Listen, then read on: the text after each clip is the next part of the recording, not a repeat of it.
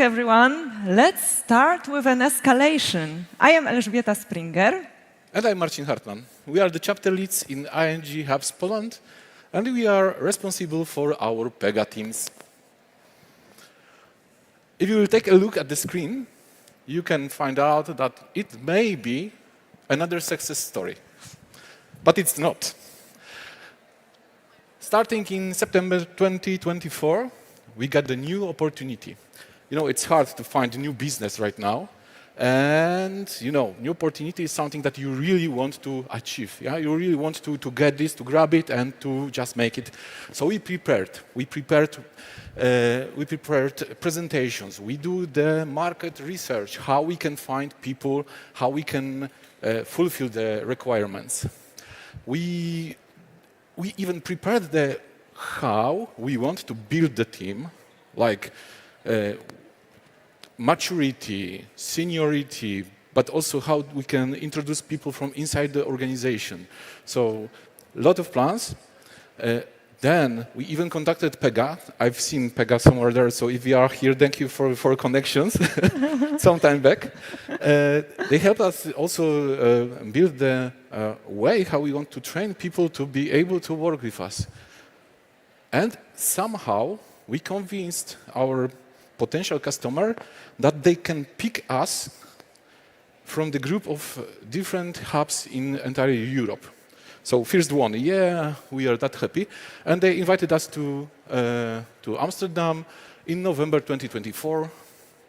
And I don't know if you ever heard such situation that you went somewhere to get the prize and you find out that it's just the second stage of the competition. New person appears in the entire scope of stakeholders. There was a guy, 3 days in ING, literally 3 days. So we assumed that it will be just nice introduction, handshake, you know, I'm wearing white shirt and it will be great. And he started challenging us. In each and every case, why we decide to build the shape of our teams like that we want to bring experienced people from the market, but also internally from ING people that knows our specific. And so. It was like crazy. I was all sweated and I said, what happens here? What happens here? I was expected that it will be handshake. But eventually somehow we were able to explain everything and we get this decision, go. So in November, we started the recruitment process, which is not that easy in this technology, but we got it. We got it in January 2025. We have first 4 engineers hired, 2 from outside and 2 from inside of ING. So the team was able to start working with a new customer. Then, if you will take a look, March 2025, 11 engineers. Then in April, we already completed the recruitment process. So there was 20 engineers waiting for joining us. Depending on time, they slowly was joining the company because of some notice periods, some legal stuff. But in September 2025, all 5 squads officially was there, and we start being the full team of Pega in ING Hubs PL. Yeah. This is the story that I want to say always whenever I want to be proud of something. Yeah, it was like a success, but... So we'll deep dive in one of the squads that was there in these teams. So what we expected, how we will take over the responsibility for the applications. Of course, knowledge transfer. We need to get to know what's there, what is the application about, what are the business value, how the application is built. So, of course, it was promised that you will get the proper knowledge transfer. Then, backlog transfer. If you know what you have, then you have to get to know what you need to do. And we will work in agile way of working, so everybody knows how to handle this. Perfect situation. And we had guaranteed slow start.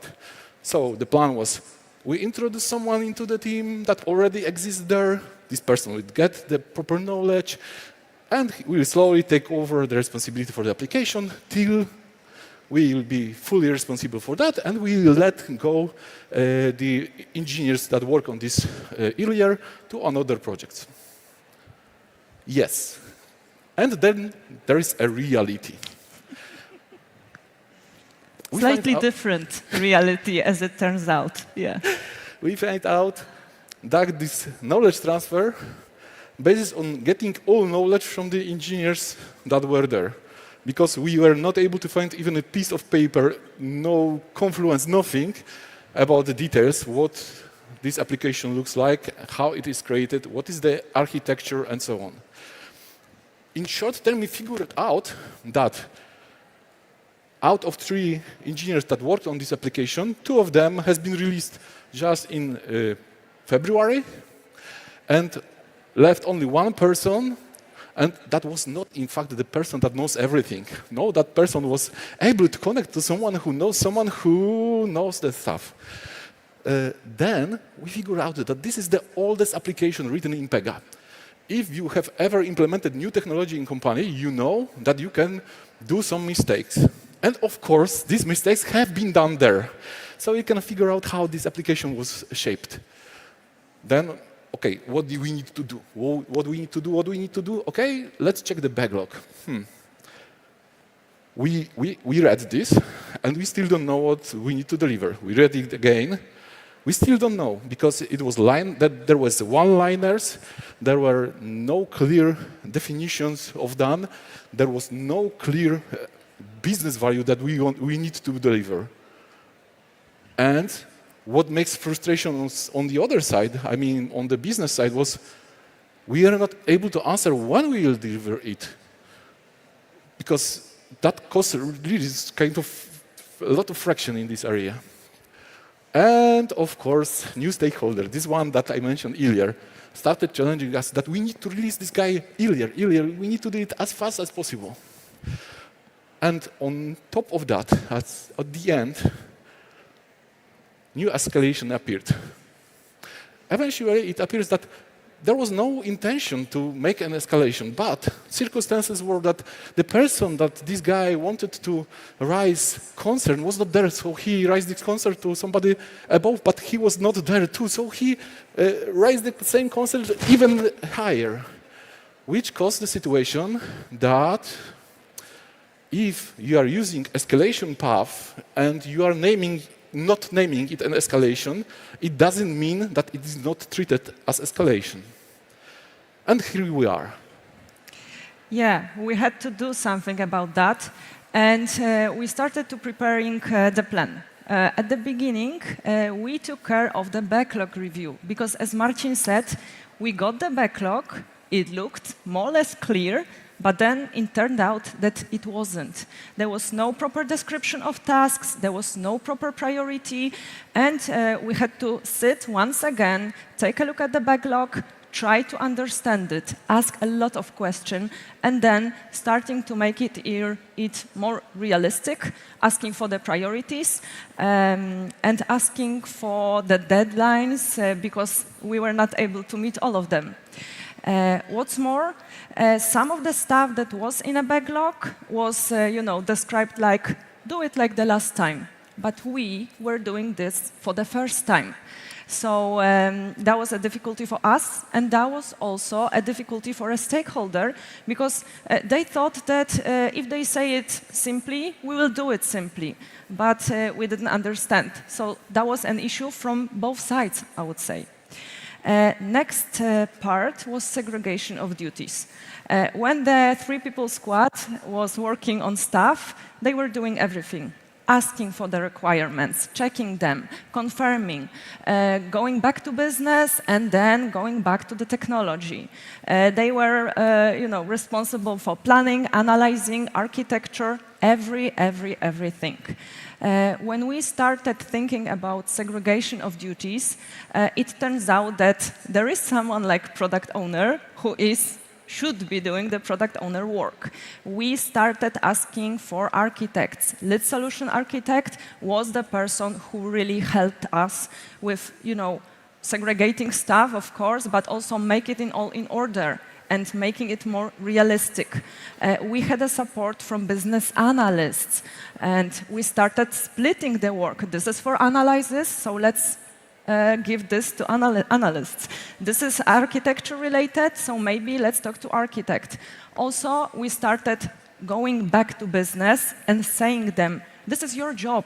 You should tell us about this. You should highlight this. You should maybe confirm if this is what you asked for at the beginning. So that was a huge change, I would say, because then the order started to showing. Of course, it wasn't ready yet. When we started doing all of that, it turned out that now the roadmap is not really realistic because, like the backlog, like the rest of the stuff, we got it, we took it, and we thought that we can do something with that. Right now, we were able, back then, we were able to make it more realistic. Yeah, this can be done, this cannot be done, and we need to be honest about that. And you know what?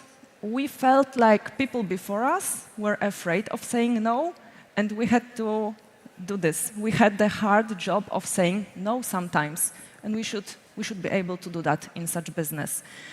And the biggest thing that changed everything is a cliche, but it was Scrum way of working. If there is Scrum way of working and we say that we're using it, we should be using it. So we started restricting the rules, respecting the rules of Scrum way of working. We thought that one meeting at the beginning of a day can solve everything, and we tried to treat it like that. So it should be a daily stand-up, 15 minutes. It was an hour or more. We were asking questions, responding them, trying to resolve issues, trying to discuss everything, make everyone happy, and at the same time, be aware of who is doing what, how long it will take.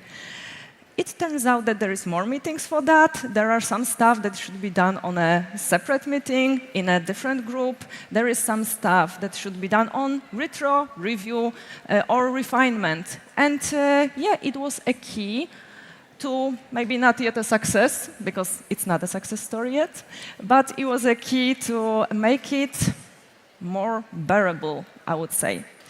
And we are not only, talking about this to say how hard it was for us, what kind of heroes we are, or maybe you, because you started with the hard beginning, but we also wanted to share some lessons learned from that, which is why we are here.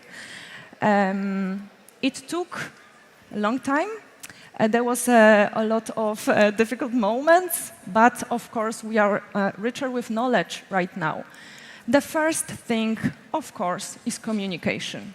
When we received all of the, let's say, it's hard to say requirements because there was no many requirements, but when we received the roadmap, when we started with the takeover, we thought that, yeah, we are properly communicated, we know what to do, we know what is the application, we know that it's related to Pega, so that's okay. No, we were asking not enough questions. We were not persistent enough, and we were not communicating in a, let's say, perfect way.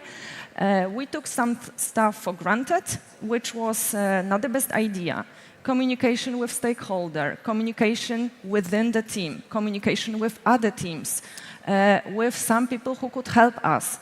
That was something that right now we know how important it is.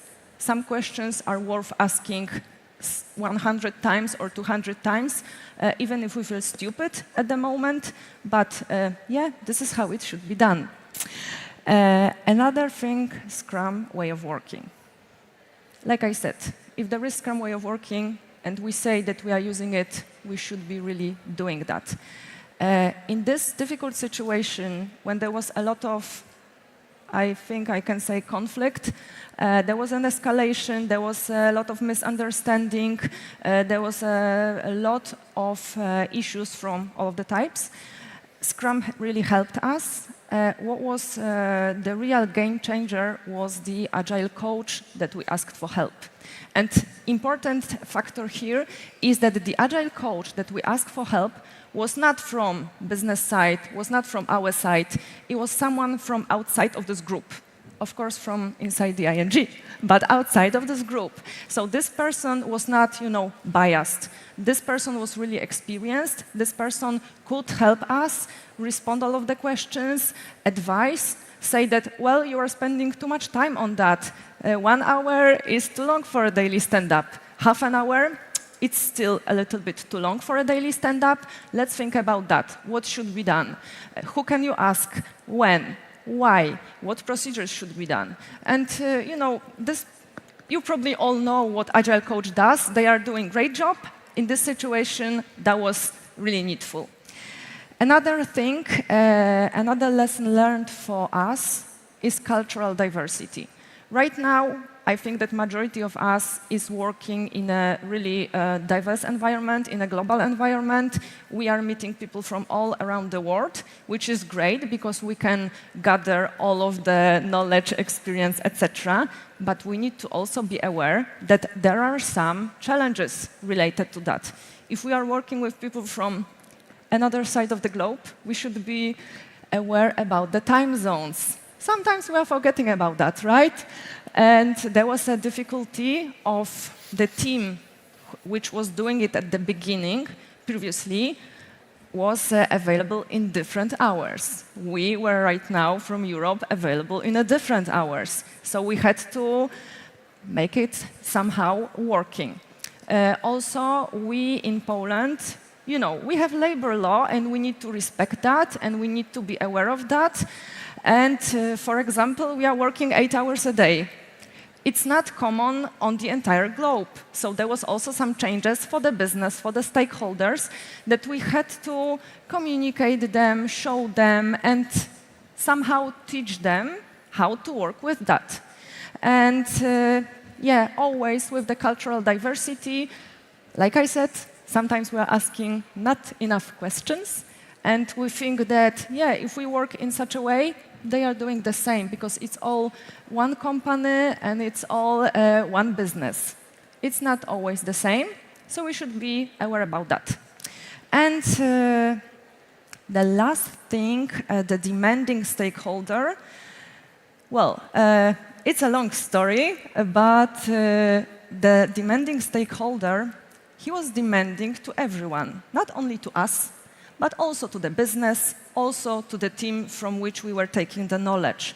So that was a, let's say, equal situation, equal treatment, because we were not the only one stressing under his, avalanche of questions, but we were all in the same situation. So everybody had to start working in a little bit different way, try harder, think faster, do more, do better. The final of the story is that the demanding stakeholder is right now our best stakeholder, and we really appreciate working with this person. And this is something that gives the spark to the work. At the beginning, that was of course stressful.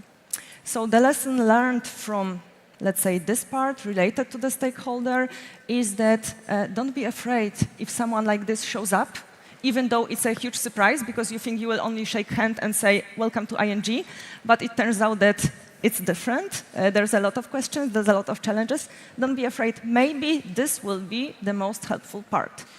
And I would say that the demanding stakeholder is with us during the entire journey, from the beginning, right now also, and in the future, hopefully as well.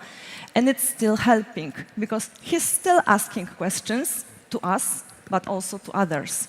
And he's still, making the work, let's say, speed, reasonable. So, this is something that really, really helps us, even though if we will tell our friends from outside the company, the stakeholder is really demanding, they will be like, ooh, I wouldn't work with that person.